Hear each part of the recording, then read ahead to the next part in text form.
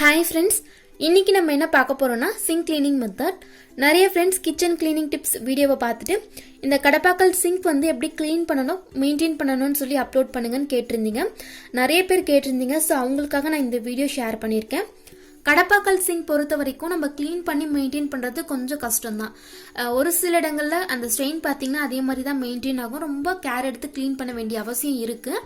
நம்ம கொஞ்சம் கேர் விட்டால் கூட பாசி பிடிக்கிறதுக்கு நிறைய சான்சஸ் இருக்குது. இன்றைக்கி நம்ம இதை க்ளீன் பண்ணுற மெத்தட் தான் பார்க்க போகிறோம். நான் இன்றைக்கி சொல்லியிருக்க மெத்தட் பார்த்தீங்கன்னா நம்ம டீப் க்ளீனிங் பண்ணும்போது யூஸ் பண்ணிக்கலாம். இப்போ இதை க்ளீன் பண்ணுறதுக்கு தேவையான பொருட்கள் ஒவ்வொன்றா பார்க்கலாம். கடப்பாக்கல் சிங்க் பொறுத்த வரைக்கும் நீங்கள் தண்ணி வந்து எப்பவும் தேங்க விடக்கூடாது. எப்போவுமே சாமான் கழுவி முடிச்சதுக்கு அப்புறமா அந்த தண்ணி எல்லாமே வைப் பண்ணி விட்டுருங்க. இப்போ இதுக்கு தேவையான பொருட்கள் பார்க்கலாம். ஒரு சின்ன லெமன் வந்து ஆஃபாக கட் பண்ணி எடுத்து வச்சுருக்கேன். தூள் உப்பு எடுத்துக்கோங்க. கொஞ்சமாக பேக்கிங் சோடா. இதை வந்து நமக்கு சமையலுக்கு பயன்படுத்தக்கூடிய சோடா தான், நீங்கள் அதுவே யூஸ் பண்ணிக்கலாம். எல்லாமே ஒரு டேபிள் ஸ்பூன் போல் எடுத்து வச்சுருக்கேன். இது எல்லாத்தையுமே நல்லா மிக்ஸ் பண்ணிக்கோங்க. இந்த மிக்சிங்க்கு வந்து நீங்கள் ஏதாவது வேஸ்ட்டாக இருக்கக்கூடிய பவுல் வந்து யூஸ் பண்ணிக்கோங்க. ஏன்னா நம்ம அந்த எலுமிச்சை பழத்தோட தோல் பார்த்தீங்கன்னா நம்ம டிப் பண்ணி க்ளீன் பண்ணுவோம். ஸோ வேஸ்ட்டாக இருக்கக்கூடிய ஏதாவது ஒரு பவுல் யூஸ் பண்ணிக்கோங்க. இப்போ வேஸ்ட்டாக இருக்கக்கூடிய இந்த பவுலை நான் போட்டிருக்கேன். இது கூடவே அந்த ஆஃப் லெமனை பிழிஞ்சு விட்டுக்கலாம். லெமனோடைய அந்த தோல் பார்த்தீங்கன்னா இந்த மாதிரி டர்ன் பண்ணிக்கோங்க. அப்போ தான் நம்ம க்ளீன் பண்ணுறதுக்கு ரொம்ப ஈஸியாக இருக்கும். அந்த உப்பு பேக்கிங் சோடாவை நல்லா கலந்து விட்டுட்டு சிங்க் ஃபுல்லாகவே, அதாவது அந்த 4 வால்லையும் பார்த்தீங்கன்னா எல்லாமே நல்லா க்ளீன் ஆகிற அளவுக்கு நல்லா இந்த மாதிரி தேய்ச்சி விட்டுக்கோங்க. இதை வந்து நீங்கள் தினமும் ஃபாலோ பண்ண வேண்டிய அவசியம் இல்லை.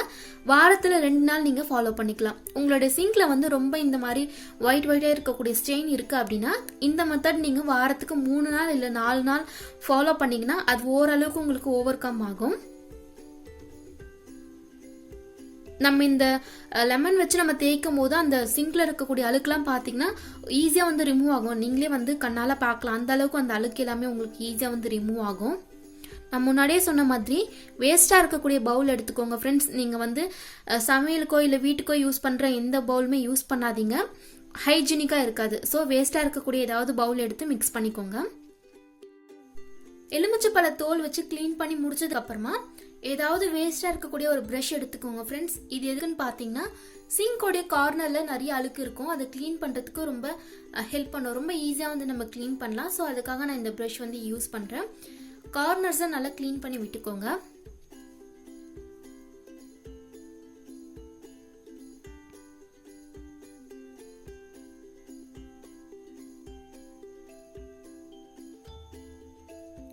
ப்ரஷ் வச்சு க்ளீன் பண்ணி முடிச்சதுக்கு அப்புறமா தண்ணி போட்டு க்ளீன் பண்ணி விட்டுருங்க.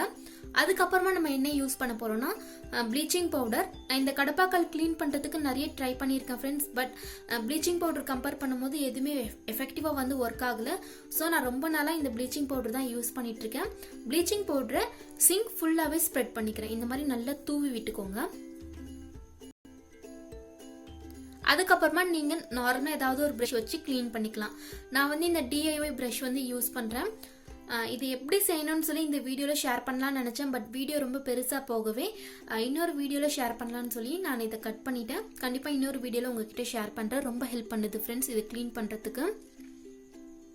நல்லா தேய்ச்சி விட்டுக்கோங்க.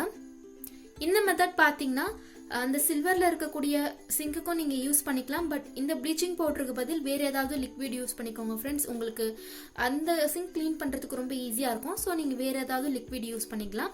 மற்றபடி முன்னாடி பார்த்த அதே ஸ்டெப்ஸ் வந்து நீங்கள் ஃபாலோ பண்ணிக்கலாம். நல்லா தேய்ச்சி விட்டதுக்கு அப்புறமா இது ஒரு 5 நிமிஷம் போல் ஊற விட்டுருங்க. அதுக்கப்புறமா நீங்கள் திரும்பவும் ஒரு டைம் தேய்ச்சி விட்டுட்டு சிங்கை க்ளீன் பண்ணி விட்டுடலாம். அவ்வளோதான். இந்த மெத்தட் வாரத்தில் நீங்கள் 2 நாள் ஃபாலோ பண்ணலாம் ஃப்ரெண்ட்ஸ். மற்றபடி தினமும் க்ளீன் பண்ணுறதுக்கு நீங்கள் வேறு ஏதாவது லிக்விட் கூட யூஸ் பண்ணிக்கலாம். அதுவும் இல்லைன்னா நீங்கள் இந்த ப்ளீச்சிங் பவுடர் கூட யூஸ் பண்ணிக்கலாம். பட் தினமுமே ஏதாவது ஒன்று வச்சு நீங்கள் க்ளீன் பண்ணிகிட்டே இருந்தீங்கன்னா தான் பாசி பிடிக்காமல் உங்களுக்கு கரெக்டாக மெயின்டைன் ஆகும். இப்போ க்ளீன் பண்ணி விட்டுடலாம் ஃப்ரெண்ட்ஸ். எல்லாமே முடிஞ்சது. உங்களுடைய சிங்க்ல வந்து ரொம்ப அழுக்கு இருக்கு, அந்த ஸ்ட்ரெயின்ல அதிகமாக இருக்குன்னா இந்த மெத்தடை வாரத்தில் 4 நாள் வந்து ஃபாலோ பண்ணுங்க. கண்டிப்பாக அந்த ஸ்ட்ரெயின் எல்லாமே ரிமூவ் ஆகிட்டு ஓரளவுக்கு உங்களுக்கு வந்து டிஃப்ரென்ஸ் தெரியும். எப்போவுமே சிங்க்ல வந்து தண்ணி வந்து தேங்க விடாதீங்க. தண்ணி தேங்குச்சு அப்படின்னா தான் ஸ்ட்ரெயின் வந்து அதிகமாகும். அந்த ஒயிட்டாக இருக்கிறது, பாசி பிடிக்கிறது எல்லாமே வந்து ஏற்படும். ஸோ ஓரளவுக்கு உங்களால் முடிஞ்ச அளவுக்கு சாமான்லாம் கழுவி முடிச்சதுக்கு அப்புறமா தண்ணியை க்ளீன் பண்ணி விட்டுருங்க. எல்லாமே க்ளீன் பண்ணி முடிச்சதுக்கு அப்புறமா லாஸ்ட்டாக 2 நாப்தலின் பால்ஸ் இந்த சிங்க்குள்ள வந்து நான் போட போகிறேன். நிறைய ஃப்ரெண்ட்ஸ் இது எதுக்கு யூஸ் பண்ணுறீங்க அப்படின்னு சொல்லி கேட்டிருந்தீங்க. சிங்க்ல பேட் ஸ்மெல் இல்லாமல் இருக்கிறதுக்கும் கரப்பாம்பூச்சி தொல்லை இல்லாமல் இருக்கிறதுக்கும் இது ரொம்ப ஹெல்ப் பண்ணும் ஃப்ரெண்ட்ஸ். அதுக்காக தான் நம்ம இதை வந்து யூஸ் பண்ணுறோம். ட்ரை பண்ணி பாருங்கள். ரசக்கல்புரம்னு சொல்லுவாங்க இல்லையா, அதான் இது. எல்லாமே க்ளீன் பண்ணி முடிச்சாச்சு ஃப்ரெண்ட்ஸ். சிங்கோடைய ஒரே ஒரு கார்னரில் உங்களுக்கு ஸ்ட்ரெயின் வந்து இருக்கிற மாதிரி தோணும். அது வந்து சிமெண்டோடைய ஸ்ட்ரெயின் தான் ஃப்ரெண்ட்ஸ். அது வந்து போகாது. மற்றபடி எல்லாமே க்ளீன் பண்ணி முடிச்சாச்சு.